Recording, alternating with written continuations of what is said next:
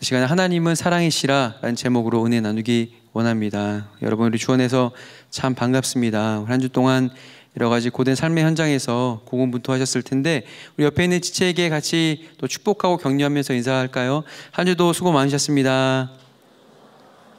한 번 더 그 수고를 주께서 아십니다. 그렇습니다. 여러분, 우리 교회에 참 귀한 예배 현장 두 가지가 있습니다. 첫 번째는요, 사명과 충성이 있는 주일 저녁 예배입니다. 대단한 분들이 이제 주일 저녁에 와서 그렇게 예배를 드려요. 온종일 그렇게 섬기고 또 봉사하고 또 교제하다가 주일 저녁에 와서, 한국교회 오후 예배도 점점 이제 시간이 앞으로 당겨지고 없어지고 이런 형편인데, 저녁 예배가 있는 교회가 많지 않을 거예요. 참 귀합니다. 또 한 가지 예배는 어느 예배일까요? 금요기도회. 맞습니다. 금요기도회입니다.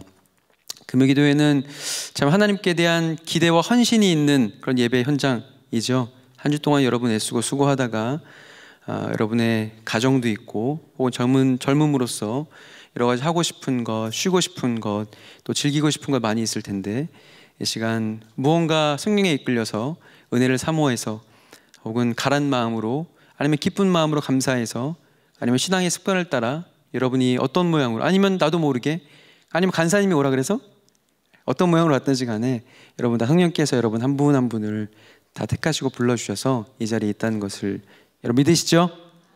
아마 여러분 이 자리가 참 귀합니다.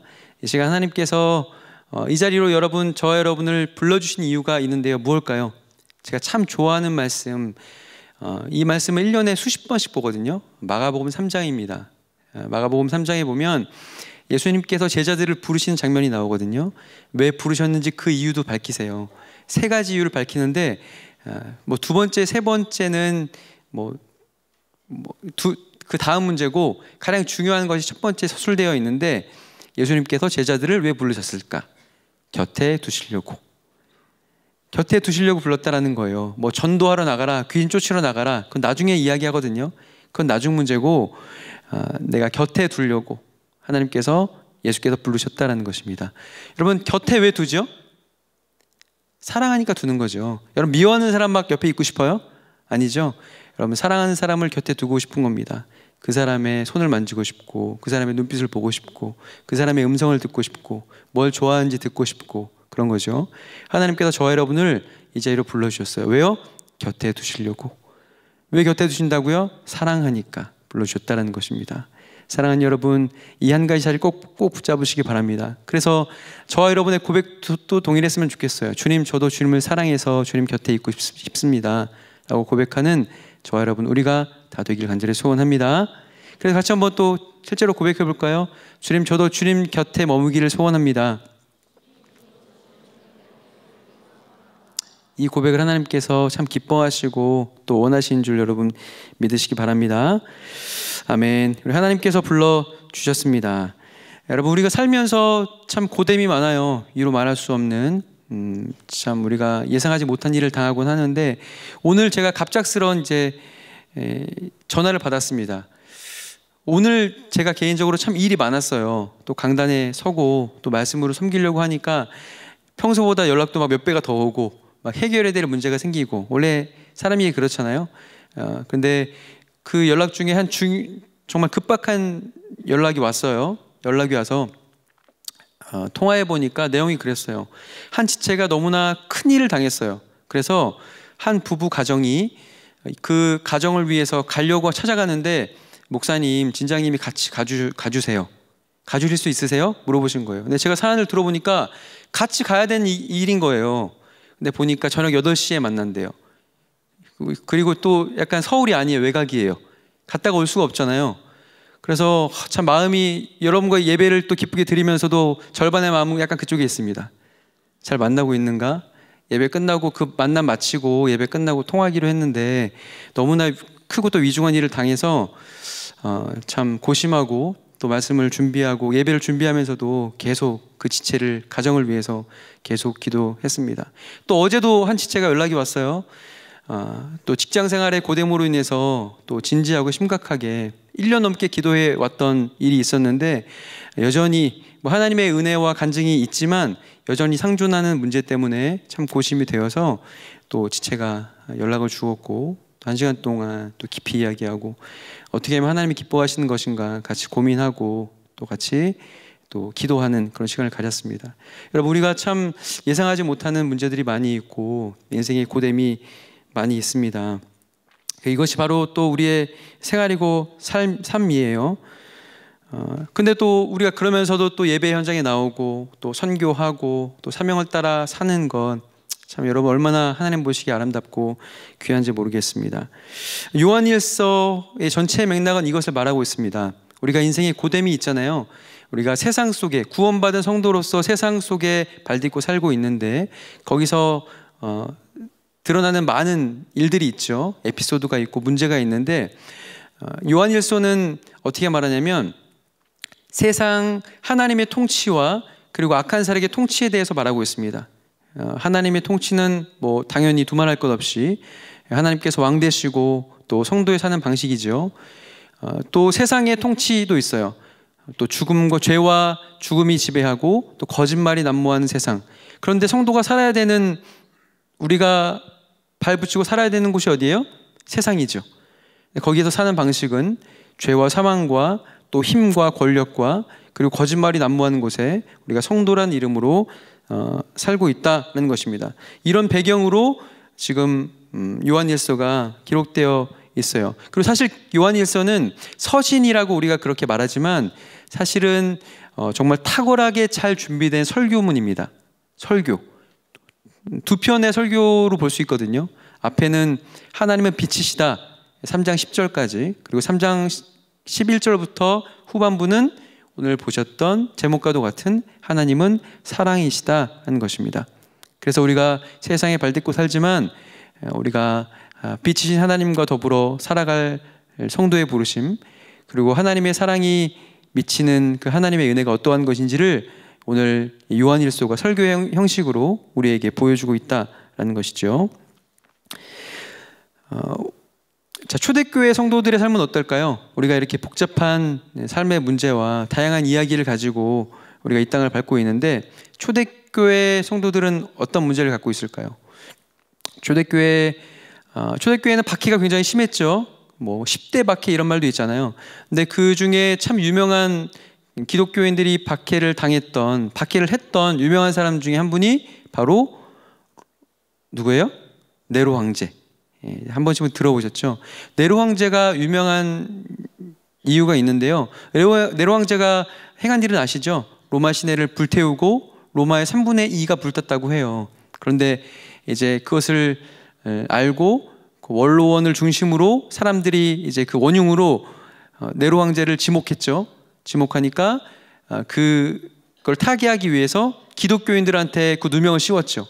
그래서 기독교인의 핍박이 시작됐는데, 네로의 핍박이 유명한 것은 그 전에는 이제 기독교인들을 재판할 때 고소와 고발이 있으면 재판 과정을 통해서 그 잘잘못을 따졌거든요. 그리고 신문할 때 만약에 뭐 예수님을 부인했어요. 배교하면은 좀 풀어주기도 하고 이렇게 했단 말이에요. 그런데 네로 황제 때는 그런 고소 고발 없이도, 신문 없이도 모든 재산을 몰수하고 그리고 핍박하고 심지어는 사형에 처하는, 가죽의 그런 거적대기를 씌워가지고 동물의 사자의 밥으로 내어주고 그리고 산채로 불에 태우고, 이런 일이 시작된 박해의 시작이 바로 네로 황제였다 하는 것입니다. 그런데 이런 지경에 있을 때 그때 쓰여졌던 성경이 뭐냐면 베드로 전서거든요. 근데 베드로 전서가 하는 말씀은 되게 선명합니다. 지금 당장 죽게 돼 있잖아요.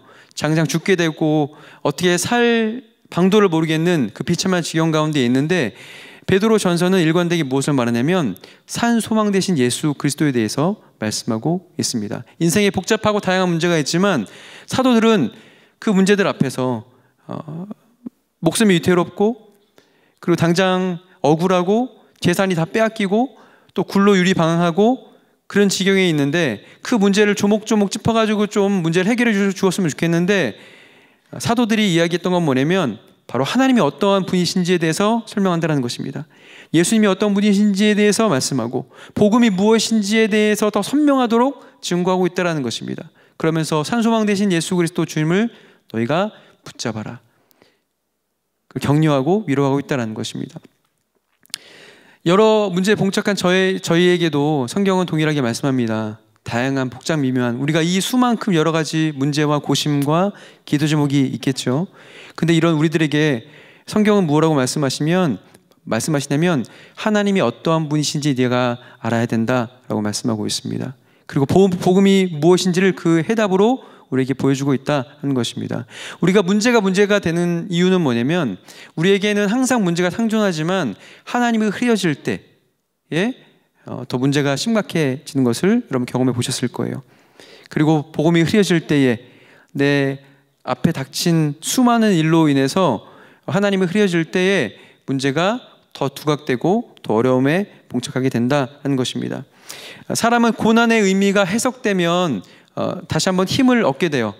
내가 고난받는 것, 억울한 일 당하는 것, 이래서 그렇구나. 이유를 알면 내가 버텨야지, 내가 감당해야지, 감수해야지 라고 되는데, 그런데 내가 고통당하는 것, 어려움 당하는 것, 이 어두운 터널을 지나가는 이 일이 그 의미가 해석되지 않는다면 주저앉고 낙심하고 낭망하게 된다는 것입니다. 자, 그렇다면 고난의 의미가 해석되는 것이 중요한데 고난의 의미는 어떻게 해야지 해석될까요? 하나님이 어떠한 분인지 아는 데서 해석됩니다. 하나님이 누구신지 여러분 아세요? 우리가 재미있는 영화를 좀 보고 좋은 드라마 한번 보고 아니면 여행 갔다 왔다고 해요. 그럼 우리가 밥을 먹고 친구랑 형제자매 교제하면서 몇 시간도 우리가 이야기할 수 있죠. 그 에피소드에 대해서 이야기하고 우리가 수다하고 이렇게 할 수 있습니다. 그런데 여러분 우리가 하나님에 대해서 한번 이야기해보자 라고 했을 때 여러분 하나님에 대해서 1시간, 2시간, 5분, 10분씩 그 이상 막 말할 수 있냐라고 했을 때 결코 쉽지 않은 것을 보게 됩니다. 우리가 하나님을 잘 아는 것 같지만 실제는 하나님에 대한 충분한 그런 지식을 알고 있지 못하다라는 것입니다. 우리 호세아서 4장 6절은 이렇게 말씀하는데요. 같이 한번 읽어볼까요? 읽습니다. 시작. 내 백성이 지식이 없으므로 망하는도다. 내가 지식을 버렸으니 나도 너를 버려 내 제사장이 되지 못하게 할 것이요. 내가 내 하나님의 율법을 잊었으니 나도 내 자녀들을 잊어버리리라. 아멘. 여러분 이 말씀을 준 대상이 누구죠? 내 백성이죠. 마찬가지로 이 시대를 살고 있는 저와 여러분 성도에게 주신 말씀이다 라는 것입니다. 이 성도가 뭐가 없어서 망한대요? 지식이 없어서 망한대요. 이 지식은 무엇일까요? 하나님에 대해서 아는 지식입니다. 우리가 하나님에 대한 지식이 없어서 우리가 교회 안에 있지만 우리가 성도라고 칭하지만 하나님을 아는 지식이 충만하지 않으면 우리가 복음의 능력으로 충만하지 않으면 네가 망한다라고 그렇게 우리에게 권면하고 경고하는 것입니다. 여러분 우리가 교회 안에 있지만 교회 안에 다 구원받은 성도가 아니죠.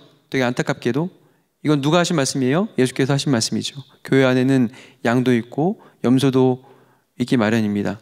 또 알곡과 가라지가 있어요. 그렇다면 우리가 여러분 하나님을 아는 지식의 이 질문 앞에서 우리는 스스로에게 물어야 됩니다. 나는 그럼 참으로 구원받은 하나님의 백성인지 나는 참으로 양인지 염소인지를 한번 우리가 점검해 보아야 된다라는 것입니다. 우리가 신앙적인 분위기 아니면 내가 봉사하고 선교를 다녀오는 것 이런 것으로 우리가 하나님의 자녀라는 확증이 되는 게 아니기 때문에 그렇습니다. 우리도 누구든지 악신이 들어서 하나님을 배반했던 사울이 될 수 있고 또 누구든지 아나니아와 삽비라가 될 수도 있다는 사실을 저 여러분은 잊지 말아야 할 거예요. 그래서 하나님을 아는 것이 참 중요해요. 여러분 우리가 여러분 교리대학이나 이런 것들 배우실 때 교리를 배우면 그 순서상 무엇을 배우냐면 한 두 번째, 세 번째 챕터를 가면 하나님의 속성, 하나님의 성품, 존재 이것을 배웁니다. 그 다음에 성삼위 하나님, 그 다음 정도에 뭘 배우냐면 하나님의 예정, 섭리, 작정 이렇게 배워요. 이게 굉장히 중요합니다. 왜냐면 하나님을 알고 하나님께서 하신 일을 우리가 보아야 된다는 거죠. 근데 우리가 하나님을 충분히 알지 못하는데 만약에 하나님께서 하신 일을 보면 하나님을 우리가 오해할 때가 있어요. 만약에 우리가 성경 말씀을 대할 때 혹은 배우면서 뭐 하나님의 예정이나 작정, 그 은혜의 교리를 우리가 알고 배웠다고 쳐요. 그럼 우리가 이렇게 하나님을 모르면 오해할 수 있죠. 하나님께서 예정하셨어? 하나님께서 그러면은 다 정해놓고 우리는 뭐 로봇이야? 꼭두가시야 뭐야? 아니면 뭐 하나님께서 다 작정해 놓으셨으면 뭐 내가 할 게 뭐야? 라고 우리가 숙명론으로도 받아들일 수 있다는 것이죠. 여러분, 그래서 우리가 뭐가 더 중요하냐면 하나님께서 어떠한 일을 행하셨는가, 그걸 보기 전에 하나님께서 어떠한 분이신지 아는 것이 너무나 중요하다라는 것입니다. 여러분, 우리 이런 말 할 때가 있죠. 뭐 친구나 형제자매 서로 이야기할 때 어떤 제3자를 이야기했어요. 이야기했는데, 야, 걔 있잖아, 그럴 사람이 아니야. 네가 뭔가 잘못 알았을 거야. 걔가 얼마나 신실하고 정말 착하고 신실한데 라고, 네가 뭔가 잘못 들었겠지, 잘못 알았겠지 라고 우리가 어떤 친구에 대해서 말할 때가 있습니다. 그렇게 확신하면서 그렇게 우리가 변호하거나 이야기할 수 있는 이유가 뭐예요? 그 친구가 어떤 친구인지 아니까, 그 형제와 그 자매가 어떤 사람인지 아니까 우리가 그렇게 변호하게 된다는 것입니다. 우리가 하나님께서 어떤 분이신지 안다면 우리가 하나님을 더 이상 오해하지 않는 것입니다. 앞서 말씀드린 것처럼 요한일서는 서신서라고 불리우지만 사실은 설교문, 정말 완벽하고 탁월한 설교문이라고 말씀드렸어요. 당시에 문제가 있었는데요. 이 요한일서를 기록하게 된 배경을 보면 당시에 교회 성도들이 떨어져 나가는 일이 생겼습니다. 뭐 우리 교회로 치면 성도가 진짜 무리를 지어서 나가버린 거죠. 그것이 끝이 아니라 남은 사람들이 있었는데 그 남은 사람들 안에서도 분쟁이 있었어요. 그 분쟁의 이유가 뭐냐면 거짓 교사가 들어왔거든요. 거짓 교사가 말하는 내용이 뭐냐면 성육신한 예수님을 부인하는 것입니다. 당시에 그 배경을 보면 어떤 사람이 있었냐면 세린투스라는 사람이 있었거든요. 이 세린투스의 세린투스주의라는 게 있는데 초기 영지주의입니다. 당시 영지주의는 아직 그 틀을 잡지 않았을 때였어요. 영지주의는 2세기 정도에 이제 그 틀을 잡잖아요. 초기 영지주의를 이제 갖게 됐는데 세린투스의 주장은 이거였어요. 영지주의가 뭐예요? 영은 선하고 육은 악하다. 이 논리죠. 그러니까 예수님의 성육신을 부인하면서 말하기를 예수님이 있는데 그리스도가 비둘기처럼 예수에게 임하셨다. 그래서 사역을 하고 기적을 행하고 예수라는 사람을 통해서 그렇게 하다가 예수님께서 십자가에 달리실 때 그리스도는 떠나가셨다. 그러니까 그리스도는 십자가의 고난을 당하지 않았다라고 말하는 게 바로 이 세린투스의 세린투스주의인 거죠. 그래서 이런 것 때문에 큰 타격을 입었습니다. 그 당시에 있는 교회들이, 이 보면은 요한일서는 그 수신인이 없거든요. 그러니까 어떤 사람에게 쓴 게 아니라 그 문제가 여러 곳에서 발생되고 있었다는 거예요. 그래서 그 문제 때문에 교회가 갈리고 교회 안에 분파가 생기고 이렇게 되는 거예요. 그래서 사도 바울이 이 서신을 쓴 거죠. 하나님께서 사랑이시고 하나님께서 빛이시며 그리고 예수 그리스도께서 성육신하신 것을 보여주기 위해서 이 서신을 쓰게 되었다는 것입니다. 당시에 그 세린투스주의나 또 그 안에 거짓 교사가 있었던 여러 가지 잘못이 있는데요. 뭐 당연히 성육신한 예수 그리스도를 부인했으니까 신학적인 잘못이죠. 그리고 뭐 두 번째 잘못은 그들이 자기들의 그 지식만, 자기들이 알고 있는 것만 특별하다고 주장했습니다. 자기는 죄도 짓지 않고 이렇게 이야기했고요. 지금 요즘 이단들의 행태와 비슷하죠. 그리고 세 번째 이들의 잘못이 있었는데 형제 사랑이 결여되어 있었어요. 그게 교회 안에 있고 이런 논리를 펴는데 그들이 형제 사랑이 없었어요. 그러면서 오늘 읽었던 본문에서 계속 말씀하시는 건 뭐예요? 하나님은 사랑이시라. 또 하나님을 사랑하는 자는 또한 사랑할 수밖에 없다라고 계속 거듭거듭 이야기하고 있다는 것입니다. 하나님은 끊임없이 자기가 그래서 어떤 분이신지를 알도록 성도에게 말씀해 주십니다. 왜냐하면 지금 교회가 당시 교회가 직면한 어려움도 하나님이 어떠한 분이신지를 명확히 알지 못해서 또 복음이 흐려져서 당면하게 된 문제거든요. 그래서 하나님은 끊임없이 자기가 어떤 분이신지 알려주시는데, 그래서 예수님도 말씀하시죠. 예수 그리스도는 어제나 오늘이나 영원토록 변함이 없다라고 말씀하시고, 또 구약에서는 뭐라고 말씀하세요? 뭐 이런 거죠. 아브라함과 이삭과 야곱의 하나님. 이거 보면은 구약에 사실은 가장 많이 나오는 것 중에 하나거든요. 뭐예요? 하나님께서 거룩하고 영원한 목적을 가지고 아브라함이 하나님이 됐고 이삭이 하나님이 됐고 야곱의 하나님이 됐는데, 각 세대마다 그들의 하나님이었던 것처럼 내가 너희의 하나님이다라고 구약 성경에서 계속 말씀하고 있는 거예요.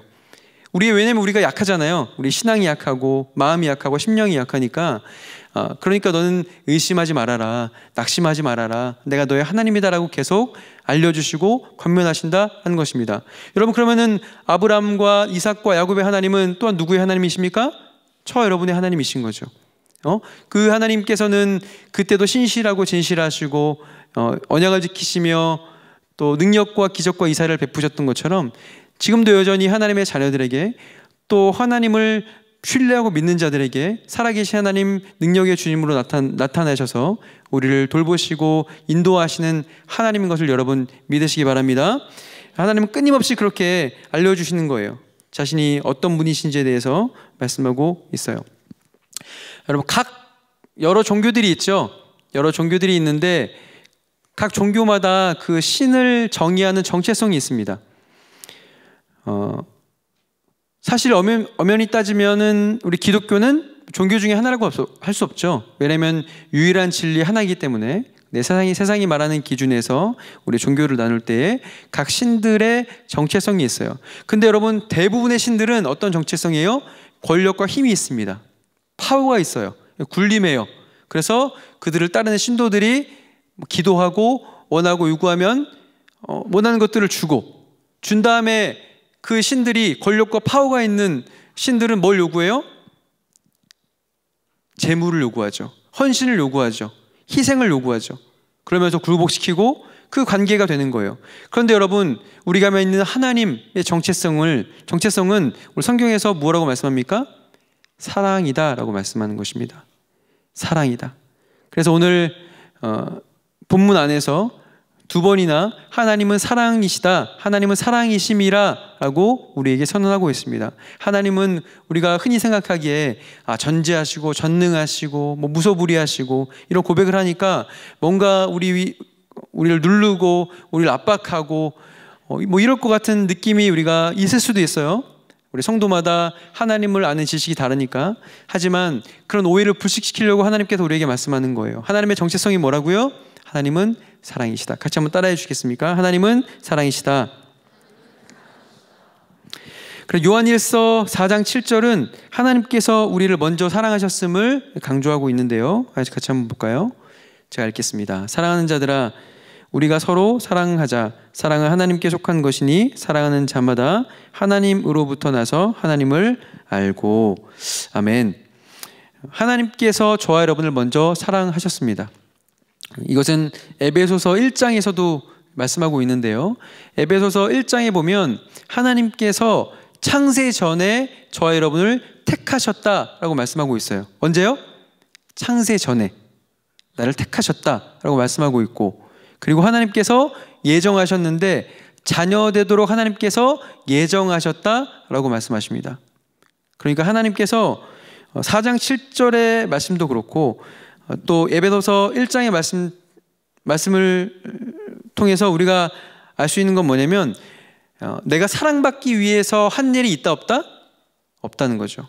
내가 사랑받기 위해서 한 것이 아니라 하나님께서 기뻐하신 뜻을 따라 하나님께서 만세전에 작정하셔서 우리를 사랑하기로 정하신 거예요. 저와 여러분이 이 땅에 나기도 전부터 하나님께서 택하시고 아들 삼아 주시려고 그렇게 사랑하기로 작정하셨다는 것입니다. 우리가 어떠한 조건이나 자격이 있어서 사랑받을 만한 무언가를 갖추어서 하나님께서 우리에게 애정을 쏟으시는 게 아니다라는 것입니다. 우리가 8절 말씀도 볼까요? 8절입니다. 같이 읽겠습니다. 시작. 사랑하지 아니한 자는 하나님을 알지 못하나니 이는 하나님은 사랑이심이라. 아멘. 여러분, 우리는 무엇과도 같냐면 마치 투명한 유리잔과도 같아요. 그래서 우리가 하나님께 사랑을 받으면 투명한 유리잔이기 때문에 하나님의 사랑이 부어지면 거기 무엇이 드러나요? 하나님의 사랑이 드러나는 거죠. 하나님이 드러날 수밖에 없다는 것이죠. 우리가 담고 있는 것이 투명하게 드러날 수밖에 없는 것이 저와 여러분이다라는 것입니다. 그래서 하나님의 사랑을 받았기에 하나님의 사람은 그 사랑을 드러내는 게 당연하고, 그런데 만약에 옆에 있는 형제를 사랑하지 못한다? 그것은 하나님을 알지 못하는 사람이다라고 8절은 말씀하는 겁니다. 하나님은 당신이 누구이신지 계속 우리에게 알려주셨고 알려주고 계신다. 또 알려주기를 원하신다라고 말씀드렸죠. 우리 하나님은 사랑이다라고 할 때 구약에서는 하나님의 사랑을 어떻게 표현하셨는지를 한번 우리가 봤으면 좋겠는데, 여러분 구약에서 헤세드에 대해서 많이 들어보셨죠? 우리 여러 목사님들이 강단에서 헤세드에 대해서 말했는데, 하나님의 사랑을 가장 잘 표현할 수 있는 것이 구약에서는 바로 헤세드입니다. 한번 두 말씀을 준비했는데요, 한번 볼까요? 출애굽기와 시편 말씀인데요, 여러분 눈으로 보시면 제가 읽겠습니다. 여호와께서 그의 앞으로 지나시며 선포하시되 여호와라 여호와라 자비롭고 은혜롭고 노하기를 더디하고 인자와 진실이 많은 하나님이라. 아멘. 여기 보면은 인자라고 말하고 있고요. 시편 86편 이하는 여러분이 한번 읽어주시겠어요? 읽겠습니다. 시작. 그러나 주여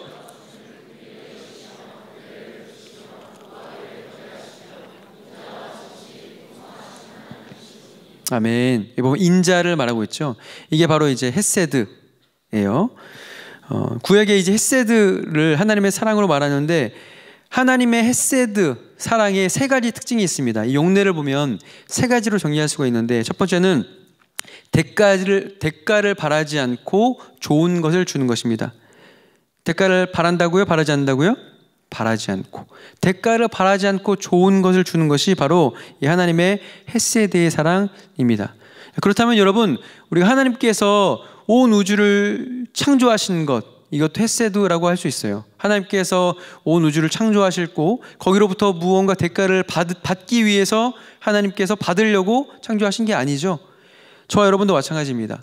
하나님께서 저 여러분을 만드실 때에 여러분을 만드시고 와서 내 좀 말동무 좀 해줘.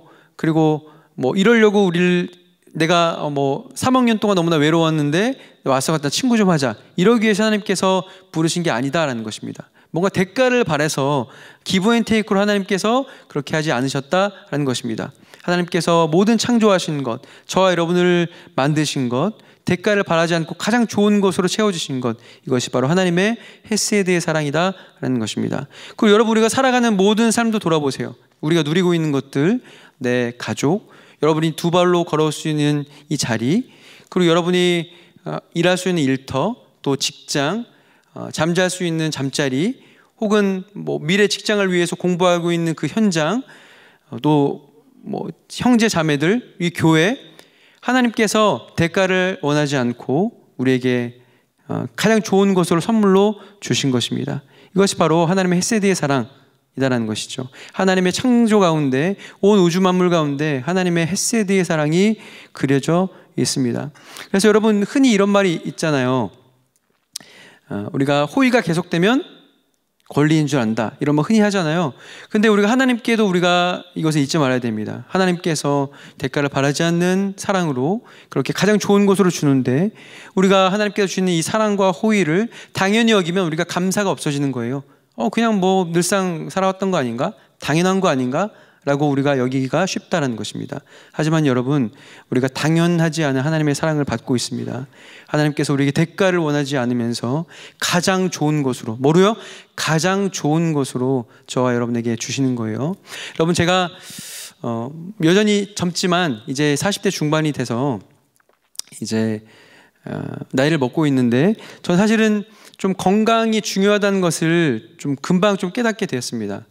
왜냐하면 저희 부모님, 아버지 어머니가 두 분 다 그 심혈관 질환이 있으셨거든요. 두 분 다 뇌출혈로 쓰러지셨어요. 아버지는 제가 군복무할 때, 그리고 어머니는 제가 신혼 때, 아기가 이제 저희 딸아이가 지금 고등학생 됐는데 막 태어났을 아기 때, 신생아 때 어머니가 쓰러졌습니다. 그래서 그게 이제 그 심혈관 질환이 유전이어서 저도 20대 중후반부터 30대 초반까지 계속 아팠습니다. 주일 사역하면 월요일이 보통 교육자들이 쉬잖아요. 월요일에 24시간 동안 누워 있었습니다. 머리가 너무 아파서. 그래 누워 있다가 한 번은 이렇게 있다가 머리가 지끈지끈하다가 만약에 여기가 터져서 혼자서 내가 사택이 있었거든요. 내가 여기서 혼자서 아무도 발견하지 못하고 이렇게 해서 터지면 그냥 가는 거구나 라고 이런 생각을 참 많이 했어요. 그러면서 이게 참 건강이 얼마나 소중한지. 그리고 여러분, 제가 심장도 되게 약했습니다. 그래서 제가 결혼하고 나서 참 아내한테 미안한데, 제가 돈도 없고 건강도 없고 가진 것 없이 이제 전도사라는 거 하나만 갖고 이제 저와 결혼을 해 주었는데, 근데 결혼하고 보니까 온몸이 다 엉망인 거예요. 심장도 너무 아파가지고, 심장이 너무 아프니까 제가 이 통증 때문에 제 주먹으로 있는 힘을 다해서 제 심장을 진짜 세게 때렸습니다. 자주 그랬어요. 제 아내가 이 자리에 있을 텐데 기억할 거예요. 그래서 새벽에 잠을 이루지 못하고 너무나 아프면 아내가 밤새 저의 심장에 손을 얹고 맨날 기도해 줬습니다. 하나님 살려달라고, 불쌍히 여겨달라고 밤새 기도하고 그렇게 했죠. 그러면서 뭐 허리 디스크, 뭐 일자목, 뭐 거북목, 뭐 이런 것도 기본이고, 그러니까 뭐 걸어다니는 그런 병원 신세였던 게 거의 뭐 사람이 아니었죠. 겉은 멀쩡한데, 그런데 이제는 여러분 이런 이슈들에서 하나님의 은혜로 완전히 벗어나서 지금 뭐 너무나 건강해 보이죠? 네, 건강합니다, 실제로도. 근데 제가 이렇게 좀 더 젊었을 때 건강을 잃어보니까 이게 당연하지 않다는 것을 깨달았어요. 얼마나 감사한지 몰라요. 이게 당연한 게 아니구나. 빨리 잃어보니까, 여러분, 그래서 우리에게 때때로 우리에게 주어지는 고난, 아픔, 이런 것들이 다 나쁜 게 아닙니다. 우리가 당연하지 않은 하나님의 사랑이라는 것을 깨닫는 통로가 되거든요. 얼마나 감사한지 몰라요. 사랑하는 여러분이 혹시나 우리가 다 이루 설명하지 못할 또 고뇌와 또 고통과 아픔 가운데 있습니까? 여러분, 또 고심하는 것이 있고, 또 육신의 질병 때문에 옆에 있는 가족과 어떤 지체들 때문에 아파할 수도 있겠어요.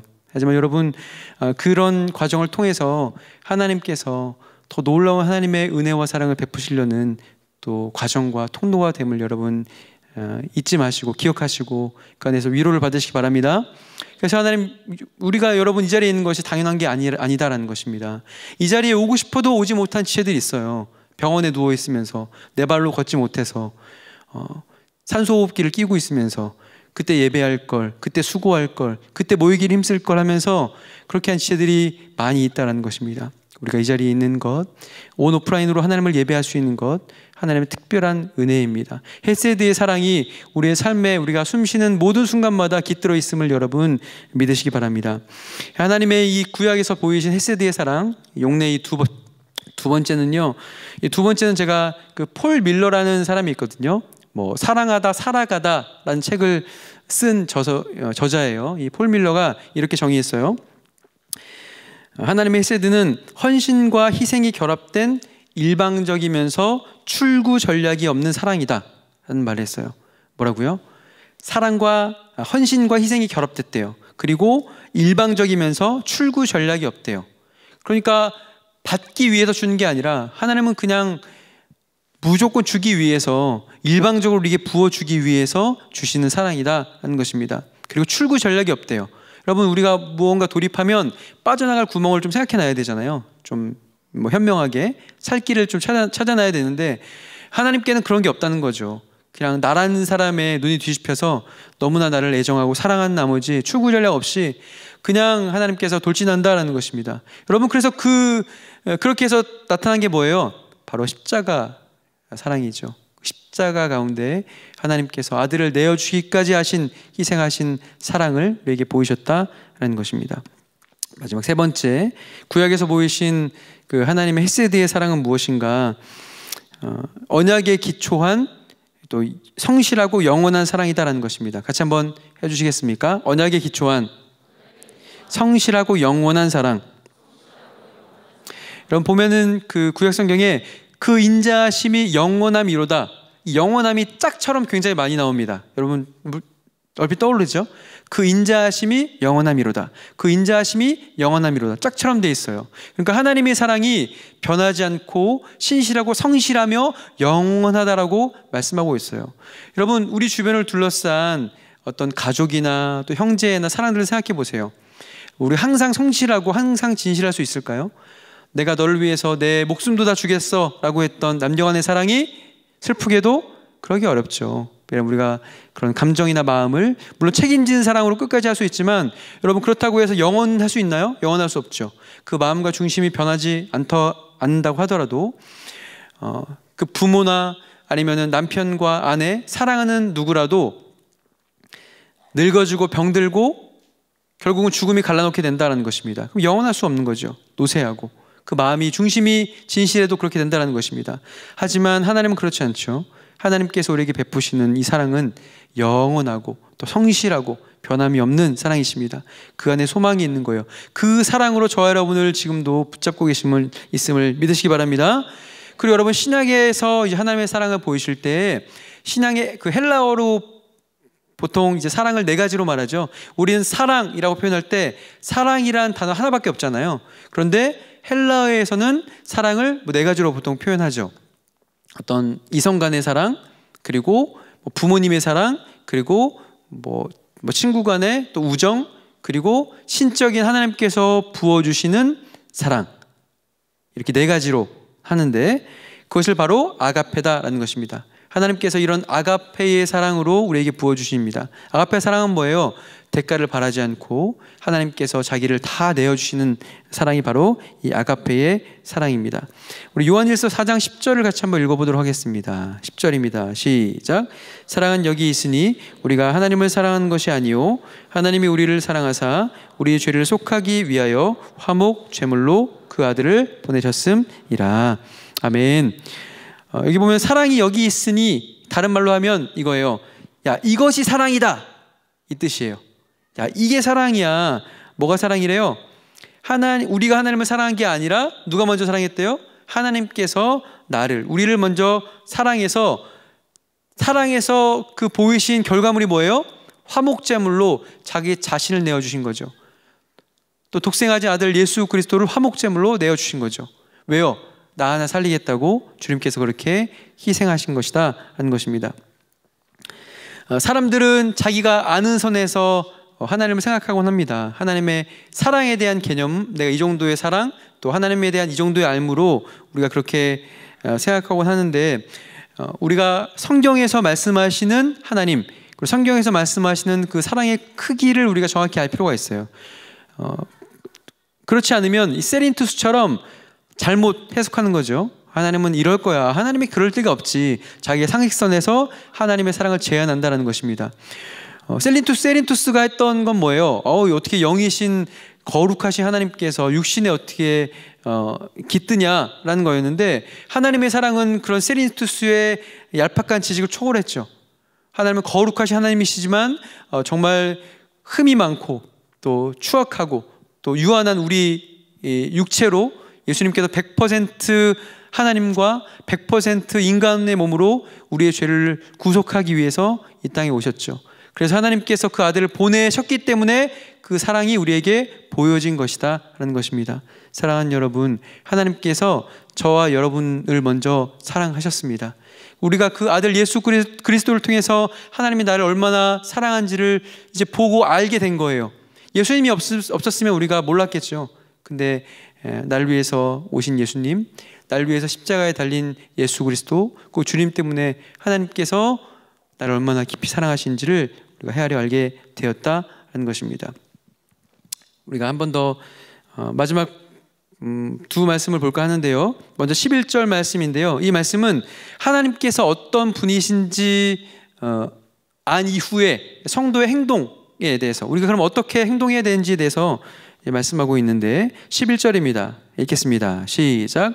사랑하는 자들아 하나님이 이같이 우리를 사랑하셨은즉 우리도 서로 사랑하는 것이 마땅하도다. 여러분 사랑은요 사랑으로만 반응하는 것입니다. 뭐가 마땅하대요? 하나님께서 우리를 사랑하셨으니까 우리도 서로 사랑하는 것이 마땅하다라고 선언하고 있습니다. 여러분, 이건 그냥 당위적인 게 아니에요. 하나님의 사랑을 받고 하나님의 사람이 된 사람은 당연스러운 그런 열매와 결과로 이것이 드러나야 된다라는 것입니다.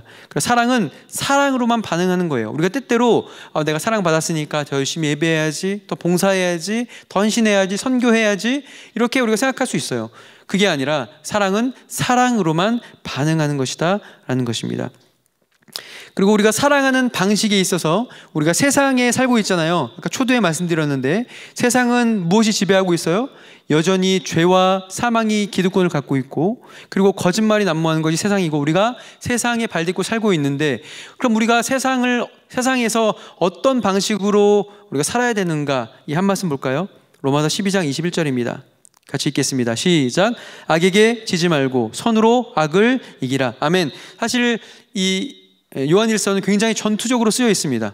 왜냐하면 지금 위기 가운데 있잖아요. 교회가 막 분열되고 성도가 쪼개지고 막 개인이 막 신앙을 잃어버리고 배교하고 이러고 있단 말이에요. 그러니까 굉장히 전투적으로 치열하게 이 설교가 쓰여졌다는 것입니다. 그런 의미에서 로마서 12장 21절, 악에게 지지 말래요. 선으로 악을 이기래요.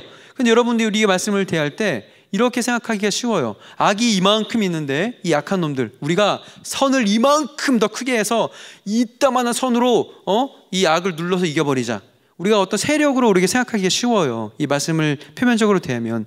사실은 이 의미는 그게 아닙니다. 이 의미는 이거예요. 악은 악한 그대로 두라는 거예요. 근데 너는 선을 행하기를 포기하지 말아라는 거예요. 때때로 여러분, 우리가 생활 속에서 우리가 악한 자들 때문에 자기 자리를 포기할 때가 있습니다. 우리가 크리스찬으로서 세상 속에서 악한 자들이 우리를 시기하고 질투하고 또 음모하고 거짓말하면서 우리가 그 속에서 진실하고 신실하게 사는 것이 굉장히 힘들어요.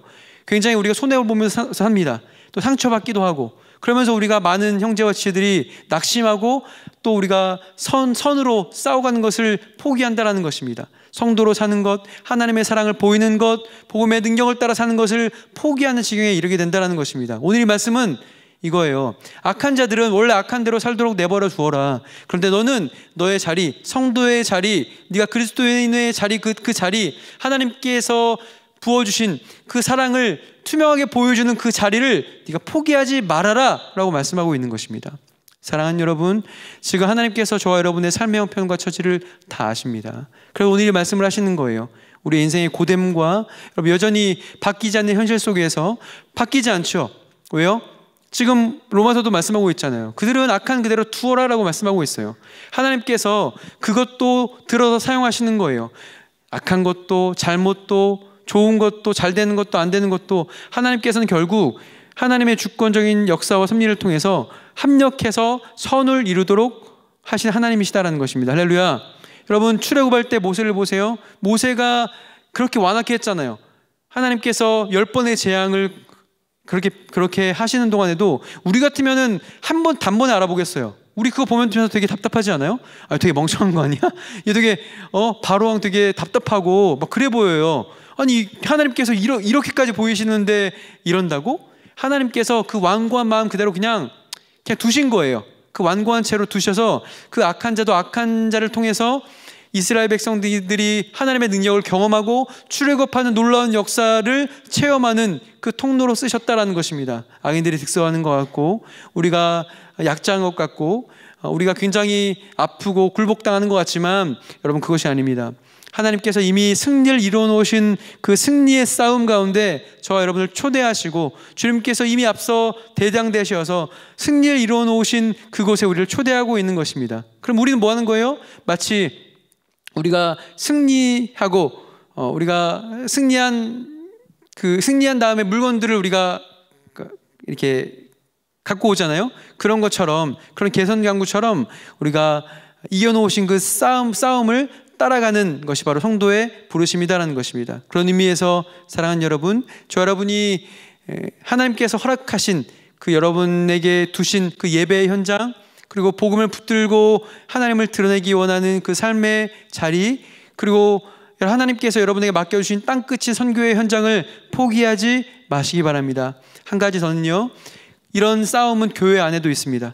교회 안에 상처받았던 사람이 너무 많아요. 이런 얘기를 들어요. 목사님, 하나님께서 그 형제를 용서한다고 하면 전 도무지 이해가 되지 않을 것 같아요. 너무나 그 상처를 많이 받은 거죠. 여러분, 이것도 마찬가지예요. 여러분, 교회 안에는 알곡도 있고 가라지도 있습니다. 물론 우리 모두가, 이 자리에 있는 우리 모두가, 말씀을 대하는 우리 모두가 가운데 알곡만 있고 가라지가 없기를 간절히 소원합니다. 그런데 여러분, 그런 가라지가 섞여 있다면 그 가운데 여러분 여러 가지 일들이 있는 건 당연한 거예요. 근데 그렇게 깨닫지 못하고 자기 맘대로 하는 사람은 그냥 그대로 두는 거예요. 그것 가지고 뭐 대적하거나 싸우지 않고, 우리는 하나님께서 주신 그 사랑을 기반으로 해서 우리가 선한 자리, 하나님께서 맡겨주신 자리를 포기하지 않는 것입니다. 상처받았다고 교회 떠나, 그리고 공동체 나오지 않아, 뭐 팀 모임이나 목장 모임에서 빠져, 누구 손해예요? 내 손해죠. 내 손해죠. 저 여러분에게 하시는 이 하나님의 권면을 여러분 잊지 마시기 바랍니다. 1만 달란트의 교훈을 여러분 기억하세요. 1만 달란트가 지금으로 1만 달란트 빚진 자에 대해서 아시죠? 지금으로 치면 제가 계산해 보니까 6조 정도 됩니다. 뭐 1인 하루에 그냥 10만 원이라고 우리가 일당을 쳤을 때 1만 달란트는 6조 정도 되는, 그러니까 개인이 그런 그 빚을 해결할 수 없는 지경이 바로 1만 달란트 빚진 자인데, 그가 사정에서 불쌍히 여겨서 그 왕이 그 6조라는 돈을, 그러니까 굉장히 고위직이었던 것 같아요. 아마도 그 사람이 탕감해 줬어요. 말도 안 되는 엄청난 거죠. 누가 6조를 탕감해 주는 사람이 세상에 어디 있겠어요? 그런데 자기에게 100데나리온을 빚진 사람이 있었죠. 이 데나리온을 빚진 사람이 있었는데, 이 사람이 뭐 지금으로 치면은 뭐 1,000만 원 정도? 그 정도 돈, 물론 적은 돈은 아니지만 자기가 6조 원을 탕감받았다면 그 마음에 너무 감사해서 이 정도는 용서해 줄 수 있어야 되잖아요. 그런데 그 성경을 보면 그 사람 목을 잡았대요. 목을 잡고 너 왜 돈 안 갚냐 뭐 이렇게 충고했겠죠. 그리고 그 사람을 넘겨버렸어요, 재판하는데. 근데 이 사실을 옆에 있던 사람들이 보고 그 1만 달란트 탕감해 주었던 왕에게 알려준 거죠. 알려주니까 왕이 대노해서 너 이거 다 갚아라 라고 그렇게 대노하고 그 사람을 옥에 가두게 된 것을 여러분 기억하시기 바랍니다. 그래서 여러분, 우리가 하나님 앞에 1만 달란트 탕감받은 자와 같은 그런 사랑과 용서함을 입었습니다. 그럼 여러분, 우리가 용납하지 못하고 우리가 용서하지 못할 사람이 어디 있겠어요? 하나님께서 먼저 주신 그 사랑을 가지고 악에게 싸워서 선으로 악을 싸워 이기되, 이것은 여러분 우리가 그렇게 파이트하라는 게 아니라 악한 자들 악한 자가 하도록 그냥 두고, 우리는 우리의 자리를 지키면서 우리의 삶의 자리에서 또 교회 안에서 그리스도의 사랑을 보이고, 그리고 복음 진리를 수호하며 주와 동행하는 복된 생활 걸음걸음이 다 되시기를 예수 그리스도의 이름으로 축복해 드립니다. 아멘. 우리 찬양하고 기도하시겠습니다.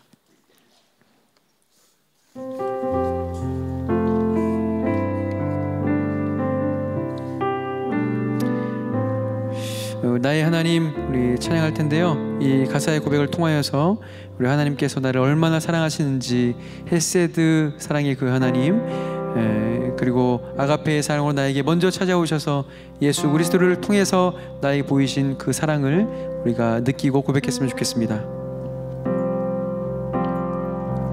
나의 사랑, 너는 어여쁘고 참 귀하다. 어느 보석보다 귀하다. 내가 사랑스럽지 않을 때 너를 온전히 사랑하고 너와 함께하려 내가 왔노라. 나의 사랑, 주의 사랑, 이 사랑은 결코 변치 않아. 모든 계절 돌보시네. 푸른 마르고 꽃은 시드나 주의 말씀은 신실해. 실수가 없으신 주만 바라라. 주님의 나라와 뜻이 나의 삶